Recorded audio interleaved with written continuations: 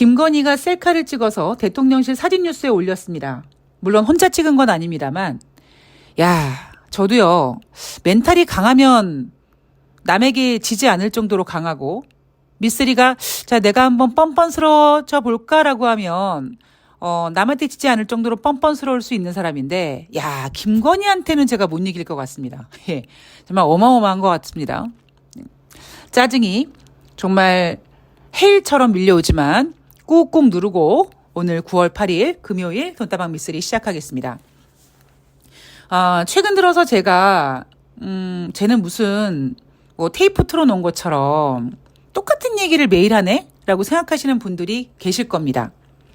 사실 저도 그 부분에 있어서 여러분들께 아주 조금 쥐 오줌 만큼 죄송한 마음이 있어요.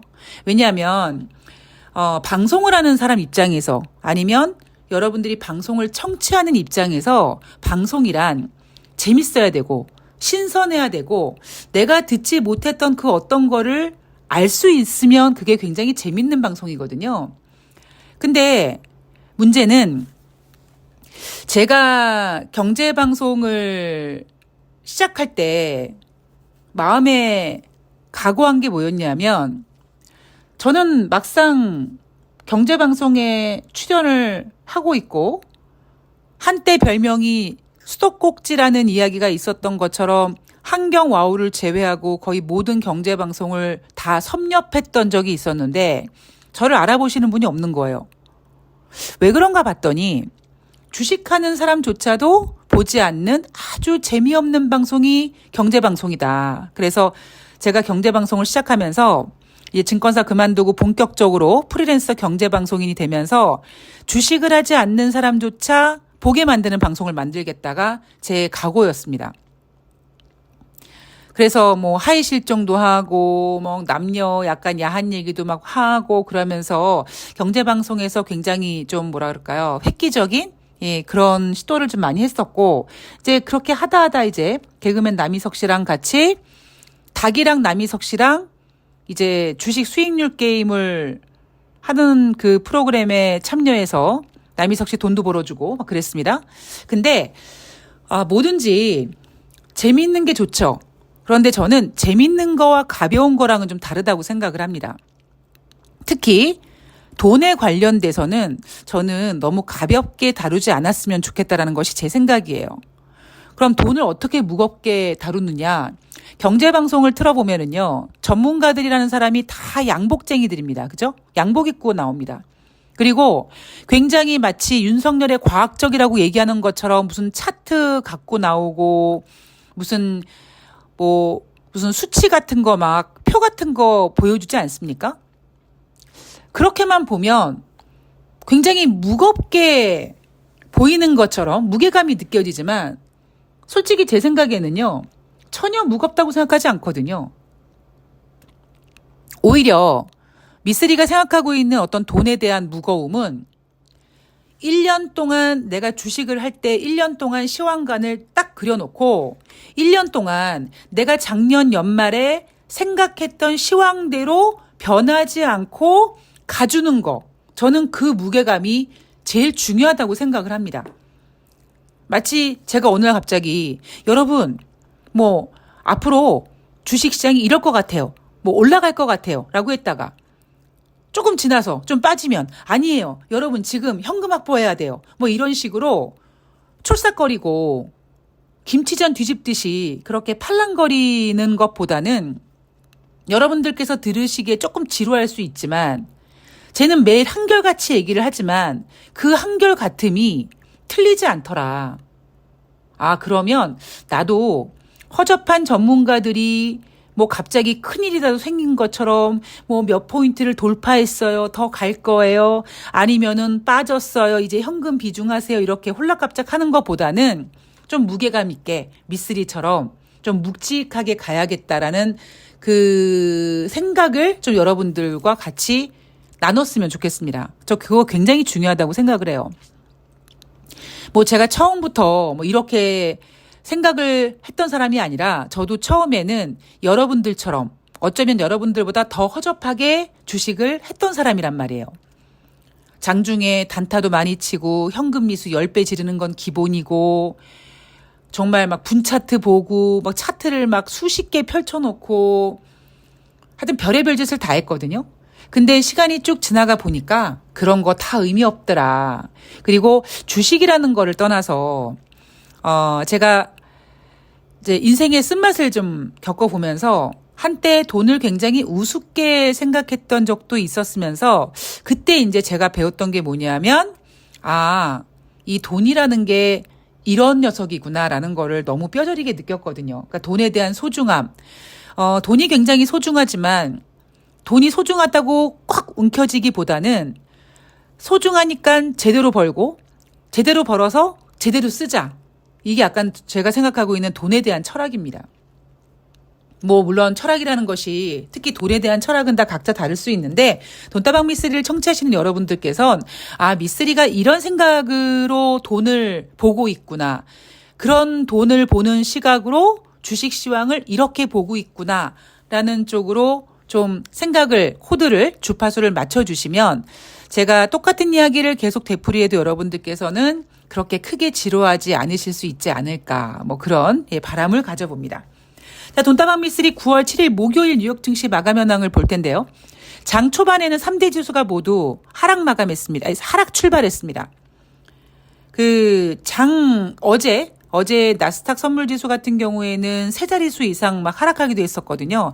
그래서 9월 7일 목요일 장 초반에 뉴욕 증시는 3대 지수 모두 하락하는 모습을 보여줬는데 이제 장이 전개가 되면서 다우지수는 상승으로 전환됐고 상승 마감했고 S&P 500과 나스닥은 상승 반전을 시키지 못한 채 마감을 했습니다. 그래서 이날 뉴욕 증시는 그냥 혼조세로 마감을 했다라고 정도만 보시면 될 것 같고요. 이날 뉴욕 증시 왜 혼조세로 마감했어? 애플을 비롯한 기술주가 부진했어 라고 합니다. 여러분 뭔가 좀 이렇게 쎄하지 않으십니까? 물론 이날 애플이 호재가 있었던 건 아니죠. 악재가 있었죠. 중국에서 뭐 애플 제품을 쓰지 못하게 했다 뭐 이런 얘기 있어서 애플 종목 하나로 봤을 때는 악재가 나왔습니다만 저는 이런 의심을 한번 해보는 거예요. 아니 어제까지 뭐라고 얘기했습니까? 기름값이 많이 올라서 기름값이 $100 갈 것 같아서 기름값이 올라가면 인플레이션이 자극할 거고 인플레이션이 올라가면 연준이 금리를 인상할 거고 연준이 금리를 인상한다는 거는 주식시장이 악재다. 이렇게 해석을 했잖아요. 그런데 그 얘기가 쑥 들어가고 갑자기 애플이 튀어나옵니다. 여러분 단순히 이날 뉴욕 증시가 왜 혼조세로 마감했어? 왜 하락했어? 라고 했을 때 제가 여러 번 강조하지만 뭐뭐 때문에 올라간 게 아니고요. 뭐뭐 때문에 내려간 게 아니라 올라가니까 이유를 갖다 붙이는 거고 내려가니까 이유를 갖다 붙이는 겁니다. 여러분 이 관점 포인트 진짜 중요해요. 저는 있죠. 제가 이제 뭐 주식 아카데미 타령을 종종 하는데 개별 컨설팅을 해줄까라고 생각이 들 정도로 그만큼 중요한 겁니다. 그만큼 중요하기도 하지만 쉽게 바뀌지 않는 거기 때문에 더 집중해서 정말 딱 표적 잡아놓고 계속 그 마인드를 바꾸는 과정이 좀 필요하거든요. 그래서 여러분들께서 돈다방 미쓰리를 들으시기 전에 항상 마인드로 그래 미쓰리가 그랬어. 뭐뭐 때문에 올라가는 게 아니라 올라가니까 이유를 갖다 붙이는 거래. 빠지니까 왜 빠졌지? 그리고 이유를 찾아 붙이는 거래.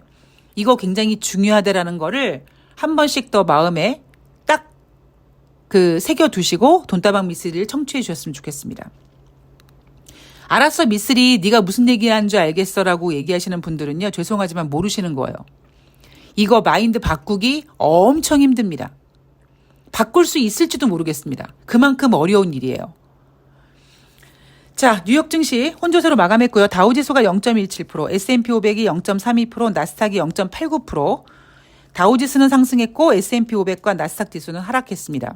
자, 경제지표 목요일이니까 주간 신규 실업상 청구 건수 전주 대비 13,000명 감소했다. 자, 시장 예상은 23만 명 예상했는데 시장 예상보다 덜 나온 21만 6천 명을 기록했고 이 수치는 2월 달 이후에 가장 적은 수치였다라고 합니다. 여러분 경제는요. 절대적이 아니라 상대적입니다. 그래서 21만 6천 명이라는 이 주간 신규 실업상 청구 건수의 증가세가 올해 2월 이후에 가장 적은 수준이다라고 해서 굉장히 좋은 지표처럼 보입니다만 이거 한참 잘 나올 때는 18만 명대까지 나온 적이 있었습니다. 그리고 주간 신규 실업상 청구 건수는 어쨌든 23만 명보다는 덜 나올지는 모르겠습니다만 9월 초에 발표된 8월달 고용지표는 부진했습니다. 그리고 작년 3월부터 5월 3월까지 노동부에서 발표하는 비농업자 고용자 지수도 하향 수정했습니다. 그리고 이 주간 신규 실업상 청구 건수는 기준선이 얼마라고 말씀드렸죠? 30만 건이에요. 그러니까 얘네들은 딱 30만 건 만들어 놓고 30만 건 이하면 괜찮아. 30만 건 이상이면 걱정되네 라고 하고 있기 때문에 당분간은 주간 신규 실업상 청구 건수가 뭐 그렇게 크게 영향을 끼치지는 않을 겁니다. 근데 여러분들은 당장 이날 지표를 보고 이날 전문가가 하는 얘기를 보고 시장 예상은 23만 명이었는데 21만 6천 명밖에 안 나왔고 그리고 이 수치는 2월달 이후에 가장 적은 수치래 라고만 보시면 미국 경제가 괜찮은 것처럼 여러분들이 세뇌당하는 겁니다. 그러니까 여러분들 머릿속에는 항상 30만 건 그리고 진짜 이 주간 신규 실업상 청구 건수가 괜찮다라고 했을 때는 18만 19만 명까지도 나왔었습니다. 그렇게 상대적으로 계속 생각을 하시면서 보셔야 되고요. 제가 그래서 주식은 경제는 지금 딱 점을 찍은 수치가 중요한 게 아니라 그 점들이 쭉 모여서 방향성을 보이는 그 흐름이 더 중요하다라는 이야기를 계속 강조하고 있습니다. 자, 2분기 비농업 농업 생산성 전분기 대비 3.5% 증가했다고 합니다. 1분기에 마이너스 1.2에서 상승 반전됐다. 뭐 이렇게 얘기하고 있고요. 여러분 2분기는 언제까지죠? 6월 달까지입니다. 지금은 몇 월 달이죠? 9월 달입니다. 경제 지표를 분석할 때 지금 9월 달에 우리가 살고 있는데 발표되는 경제 지표가 몇 월 달 건지 몇 분기 건지 지금 나는 몇 분기에 살고 있는지를 정확하게 인지하시고 경제 지표를 보셔야 된다라고 저는 생각을 합니다. 자, 9월 달 FOMC 회의 이제 11일 남았고요. 이제 아마 내일 이후 다음 주부터는 이제 제롬 파월 연준 의장을 비롯해서 연준 의원들의 발언을 들으실 수가 없습니다. 왜? 블랙아웃 기간에 돌입하거든요. 자, 이날 뉴욕 연방은행 총재가 연준의 정책은 현재 좋은 위치에 있다. 앞으로 정책 결정은 지표에 따를 것이라고 했습니다. 자, 이 지표가 뭐냐? 그러면 8월 초에 발표한 7월 달 고용 지표, 그리고 7월 달 소비자 물가 지표, 앤드 7월 달 개인 소비 지출이었습니다. 그런데 7월 달 고용 지표도 부진했고요. 그리고 인플레이션 지표 3.2로 상승했고요. 개인 소비 지출도 올라갔습니다. 그리고 이제 9월 달에 발표되는 8월 달 고용 지표 안 좋았죠. 다음 주에 발표되는 8월 달 CPI 소비자 물가 지표 아마 3.2보다 지금 높아질 가능성이 높죠. 그리고 이제 아마 소매 판매가 연준의 회의에 영향을 끼칠 거예요. 왜냐하면 9월달 FOMC 회의가 9월 19일부터 20일까지 진행이 되는데 개인 소비 지출은 월 하반기에 나오기 때문에 아마 요 정도 지표를 보면서 확인하겠다라고 했는데 뉴욕 연방은행 총재가 연준의 정책은 현재 좋은 위치에 있다. 앞으로 정책 결정은 지표에 따를 것이다라고 했는데 이 지표가 지금 잘 나오고 있기 때문에 9월달은 지금 현재 금리 동결 가능성이 높지만 11월은 인상할 수도 있다라는 가능성을 내놨고요. 그리고 아마 우리는요, 어쩌면 12월 올해 마지막 FOMC 회의 때까지 얘네가 금리 인상을 하니 많이 아마 그 금리 인상 굴레에서 벗어나지 못할 거라고 저는 생각을 합니다. 자, 9월달 금리 동결 가능성 지금 93%고요. 그리고 11월 달 금리 동결 가능성 55.5%입니다. 근데 미쓰리는 어떻게 생각하고 있죠? 니네 금리 인상 앞으로 못한다라고 보고 있습니다. 자, 뉴욕 증시 이제 한 주가 마감이 됐고 물론 이제 금요일 뉴욕 증시가 남아 있습니다. 금요일 날 뉴욕 증시 내일 체크해 드릴 거고 다음 주는 모든 관심이 이제 8월 달 소비자 물가 지표에 집중이 됩니다. 아마 예상치 3.2보다 조금 높게 나올 가능성 제시할 거고요. 그 소비자 물가 지표에 따라서 인플레이션 지표가 높아지고 있는데 9월 달에는 좀 쉬다 갈 거야. 대신 11월 달에는 인상할 것 같아라는 이야기들이 아마 나올 가능성이 있죠. 아쉽게도 우리는 그 얘기를 들을 수가 없습니다. 왜? 블랙아웃 기간에 들어갔기 때문에.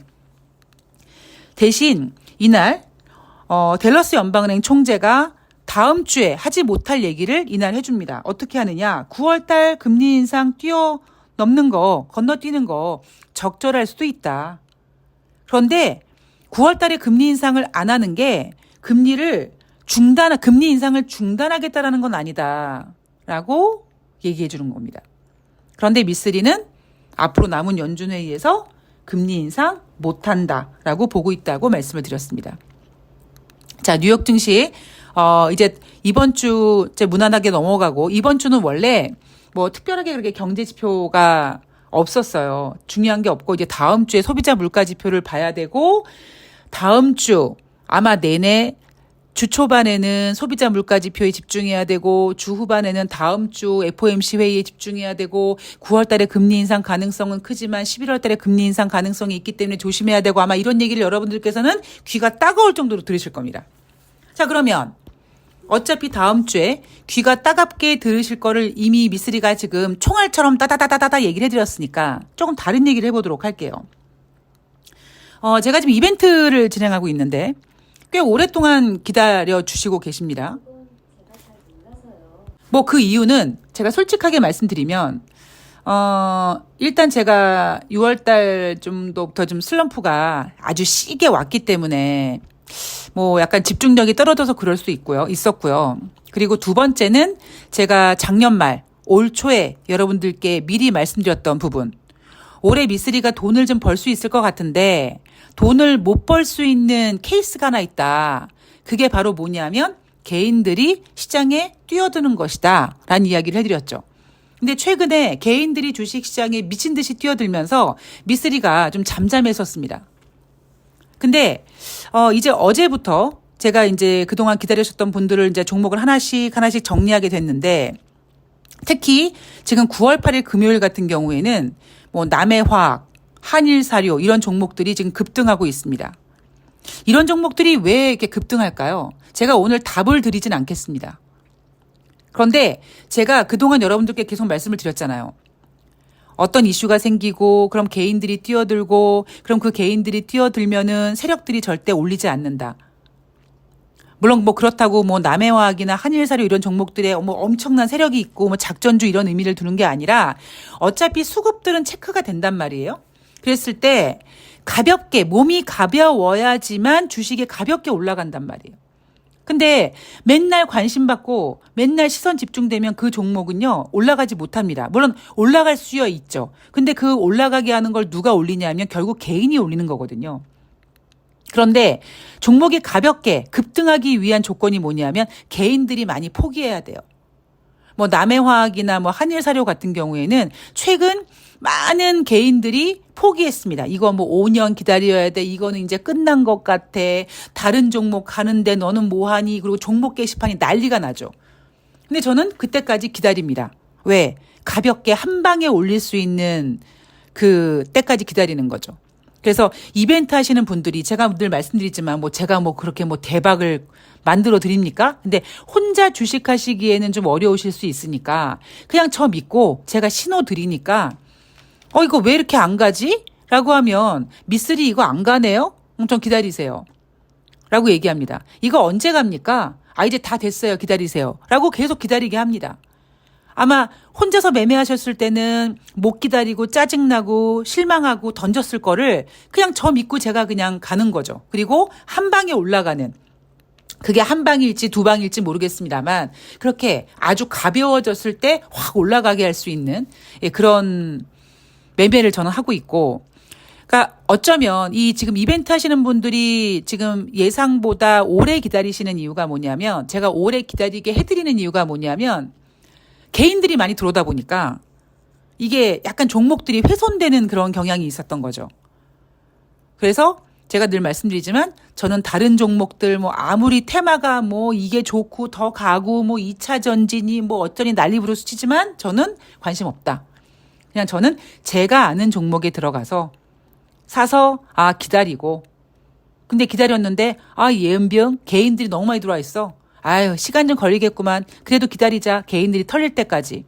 그러면 갖고 계신 분들이 이거 너무 안 가는데 지루해요. 뭐 종목 바꿔주세요. 이러지만 기다리세요. 라고 제가 냉정하게 얘기하고 기다리게 하죠. 그리고 가볍게 나를 때, 가볍게 나르고 수익이 날 때 매도하십시오라고 합니다. 그러니까 그게 바로 제가 매매하는 방법이에요. 이제 이벤트 여러 번 하시는 분들은 매매 스타일을 아실 거기 때문에 충분히 공감하실 거라고 생각이 들고, 단지 이제 조금 죄송한 부분이 뭐냐면, 아까도 말씀드렸듯이, 개인들이 시장에 뛰어들다 보니까 생각보다 시간이 좀 오래 걸립니다. 그런데 제가 얼마 전에 말씀드렸잖아요. 2023년 하반기는 오르락내리락 하면서 우하향 곡선을 그릴 것이다. 그러면서 특히 9월 달부터 이제 개인들이 시장에 막 뛰어들었는데, 어느 정도 뛰어들었는데 종목이 움직이지는 않고 지루하고 막 빠질 것 같고 막 이러면 개인들이 이제 털죠.